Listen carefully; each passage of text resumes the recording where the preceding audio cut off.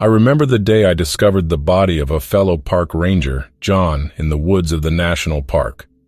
John had been my friend and colleague for years, and the sight of him lying motionless on the ground sent chills down my spine. At first, I thought it was a tragic accident. John had been known to venture off the beaten path, and it was possible that he had fallen and hit his head. But as I examined his body more closely, I noticed strange markings on his skin, as if something had clawed at him. I reported the incident to the authorities, but they seemed to brush it off as just another accident in the wilderness. However, something inside me told me that there was more to John's death than met the eye. Over the next few weeks, I couldn't shake the feeling that there was something paranormal at play. Strange things started happening in the park. Equipment malfunctioning, unexplained noises in the night, and sightings of strange creatures in the woods. I started to investigate on my own, hoping to find some answers to the mysteries that plagued the park. One night, while patrolling the woods, I stumbled upon an old abandoned cabin. It was hidden deep in the woods, and I had never seen it before in my years as a park ranger. As I approached the cabin, I could hear faint whispers and rustling coming from inside. My heart pounding, I slowly pushed the door open, and that's when I saw it. A group of people huddled around a fire, performing some kind of ritual. I recognized some of them as park rangers, but there were others I didn't know, strangers who had no business being there. And at the center of the group stood a tall, dark figure with glowing red eyes and a sinister grin on its face. I was frozen with fear, unable to move or speak, but the figure turned to me, and with a deep, menacing voice, it spoke. "Welcome, Ranger. Join us, won't you?" I was overcome with a sense of dread, and I knew that I had stumbled upon something far more sinister than I had ever imagined. I backed away slowly, hoping to escape unnoticed. But before I could make a run for it, the figure lunged towards me, and everything went black. When I woke up, I was in a different place, a small, cramped room with no windows or doors. I could hear muffled whispers and footsteps outside, but I was trapped with no way out. Days turned into weeks, and I lost all sense of time. I was fed occasionally, but I had no idea who my captors were or what they wanted from me. All I knew was that I had to escape, and fast. One day, I heard a commotion outside my cell. I could hear shouting and the sound of breaking glass. And then, suddenly, the door to my cell was thrown open, and I was face to face with a group of armed men dressed in black. "Come on, we have to go," one of them said, grabbing my arm. I didn't know who they were or why they were helping me, but I didn't hesitate to follow them out of the room and into the woods. As we ran, they explained that they were a special task force sent in to investigate the paranormal activity in the park. They had been monitoring the strange occurrences for months, and they had reason to believe that the park rangers were involved in some kind of supernatural cult, and when they saw me being dragged into the cabin, they knew they had to act fast. Together, we infiltrated the cult's hideout, and what we found was beyond anything we could have imagined. The park rangers who had been involved in John's death were part of a cult that worshipped a demon that they believed could grant them supernatural powers. They had been sacrificing animals and even humans to appease the demon, and they were planning to perform a ritual that would bring the demon into the world permanently. The task force and I were able to stop the ritual before it was too late, but not before a battle broke out between the cultists and the task force. It was a bloody and brutal fight, and many lives were lost. But in the end, we were able to prevent the demon from being summoned, and the cultists were taken into custody. As I returned to my life as a park ranger, I couldn't shake the feeling of horror and disbelief at what had happened. My friend John had been murdered as part of a dark and twisted plot, and I had been held captive by a group of deranged cultists who worshipped a demon. But there was a plot twist that I never could have predicted. One of the members of the task force, a young woman named Sarah, had been a park ranger herself before she joined the task force. She had been working in the park when she discovered the cult, and she had been investigating it on her own before the task force arrived. But Sarah had a secret. She was also a member of the cult. She had joined it in the hopes of gaining supernatural powers, but she had quickly realized that it was a mistake. She had been trying to find a way out ever since, but she was too scared to go to the authorities. When the task force arrived, Sarah had been torn between her loyalty to the cult and her desire to stop them, and in the end, she had chosen to help us. But her betrayal had cost her everything. She had lost her job, her friends, and her home in the park. As I watched Sarah being taken away in handcuffs, I couldn't help but feel a sense of sadness and pity for her. She had been caught up in something far beyond her control, and she had paid the ultimate price for it. But despite everything that had happened, I knew that the park would always hold a special place in my heart. Yes, it had been the site of unspeakable horrors and supernatural encounters, but it had also been the place where I had made lifelong friends and discovered the beauty of nature. And as I looked out at the serene landscape of the park, I knew that I would always be drawn back to it, no matter what secrets and mysteries it held.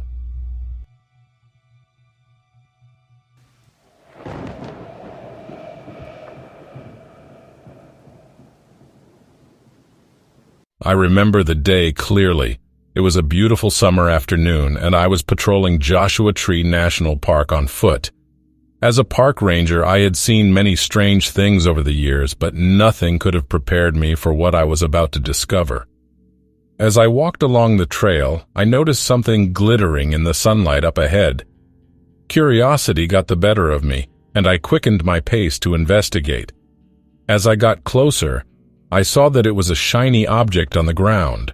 When I picked it up, I realized it was a bullet casing. My first thought was that someone had been hunting illegally in the park, and I immediately started looking for any other evidence. As I walked further along the trail, I found more bullet casings scattered about. My suspicion was confirmed. Someone had been shooting a gun in the park. The park was known to be a haven for wildlife, and hunting was strictly prohibited. I knew I had to find the culprit before they did any more damage. As I followed the trail of bullet casings, I heard a rustling in the bushes nearby. I crept over to investigate and was shocked to see a man holding a gun. He was wearing camouflage gear and had a hunting knife strapped to his belt. When he saw me, he froze, his eyes widening in surprise. "What are you doing here?" I demanded. "I could ask you the same thing," he replied, his voice gruff. "This is a national park, and hunting is strictly prohibited," I said, keeping my hand on my own gun. The man glared at me, but then his expression softened. "I'm sorry," he said, his voice cracking. "I didn't mean to cause any harm. I just needed to blow off some steam." I could see the pain in his eyes, and I knew that something more was going on here. "What's wrong?" I asked, hoping to get some answers. The man hesitated for a moment, but then he spoke. "I lost my daughter in these woods," he said, his voice trembling. "She was hiking with her friends and they got separated.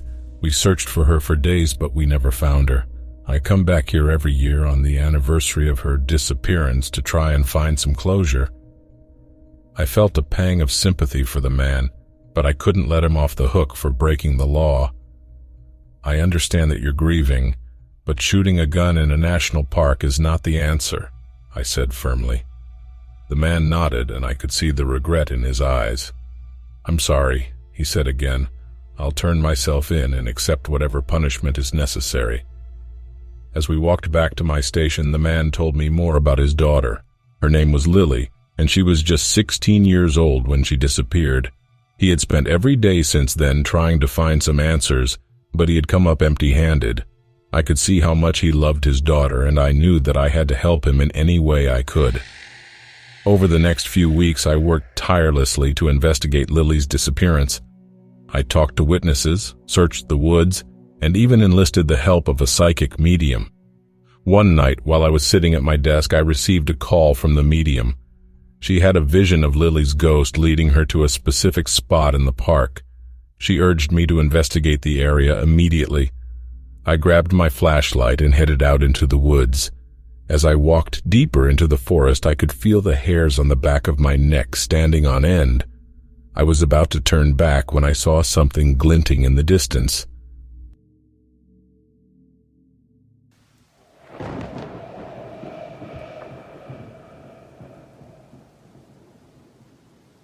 I was a park ranger in a remote area of the Pacific Northwest, responsible for maintaining the trails and ensuring the safety of visitors to the park. It was a beautiful and peaceful place, surrounded by dense forests and towering mountains. But one night, everything changed. I was on patrol, walking through the woods when I saw something that made my blood run cold. Above the trees, I saw the unmistakable shape of a skeleton walking. It moved with a slow, deliberate gait, as if it had all the time in the world. At first, I thought I was seeing things, but as I watched, the skeleton came closer and closer, until it was directly above me. I could see every bone in its body, and its hollow eye sockets seemed to bore into me. I was frozen with fear, unable to move or even speak. But then, as suddenly as it had appeared, the skeleton disappeared into the night sky. I couldn't believe what I had just seen. It was like something out of a nightmare, but it had felt so real. Over the next few weeks, I couldn't stop thinking about the skeleton. I started to research the folklore of the area, looking for any explanation for what I had witnessed. That's when I came across a legend about a vengeful spirit known as the Bone Man. According to the legend, the Bone Man was the spirit of a man who had been wrongfully accused and executed for a crime he didn't commit. In death, he had become a vengeful spirit, seeking revenge on those who had wronged him. I couldn't help but wonder if the Bone Man was real, and if that was what I had seen in the woods that night. But I tried to push the thought out of my mind, telling myself that it was just a legend. But then a few months later, I saw the skeleton again.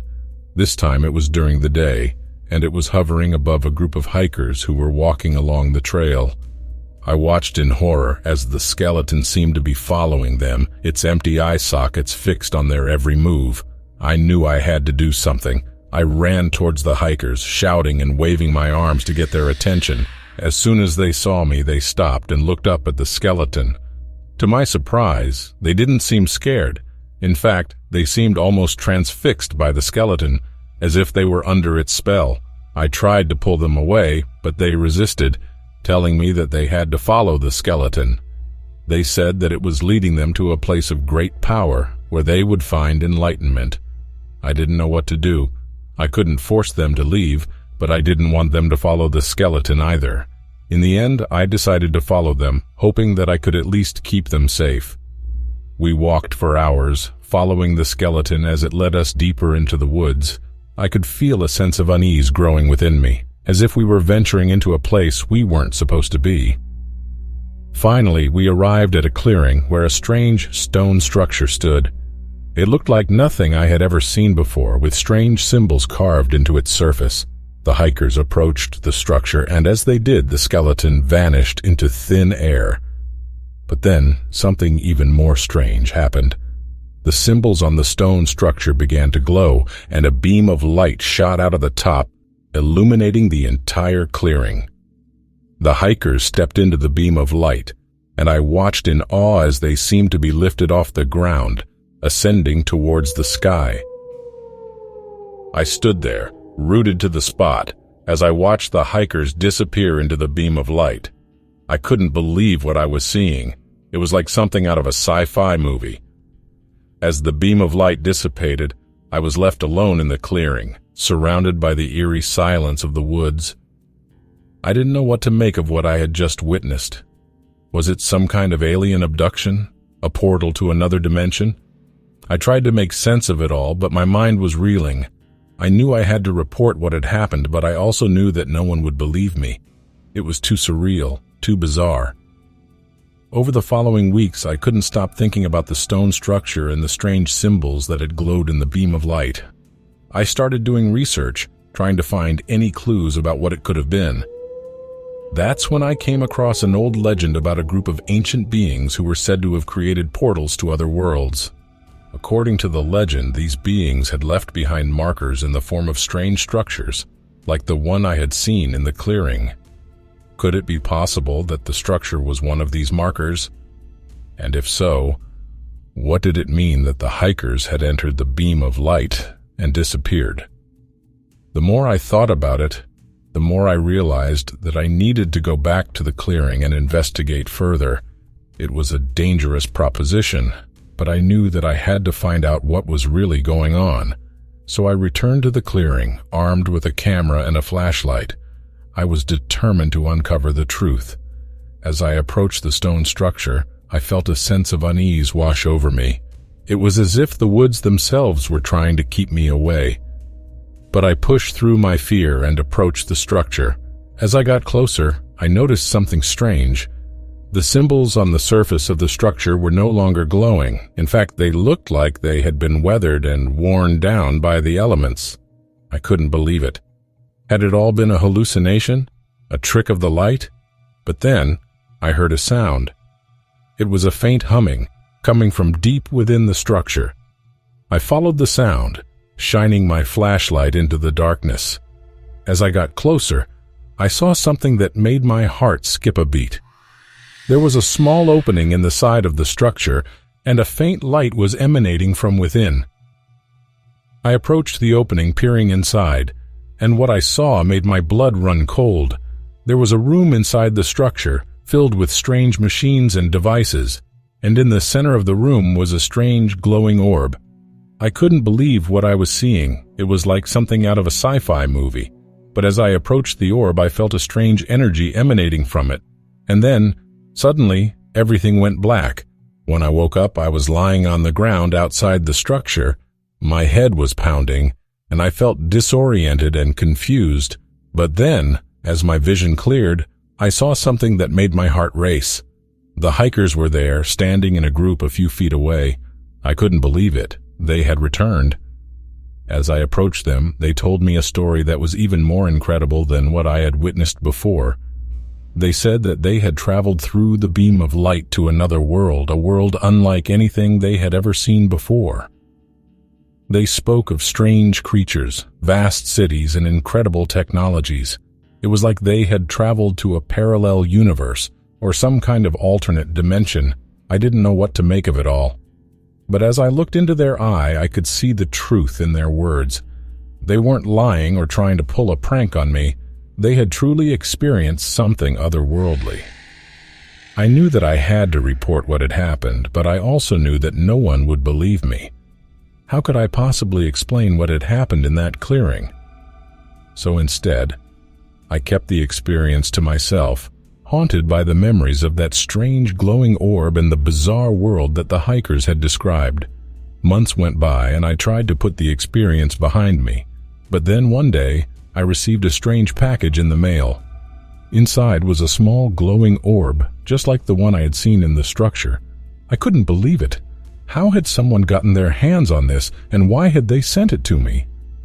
As I held the orb in my hands, I felt a strange energy emanating from it. It was like it was alive, pulsing with some kind of power.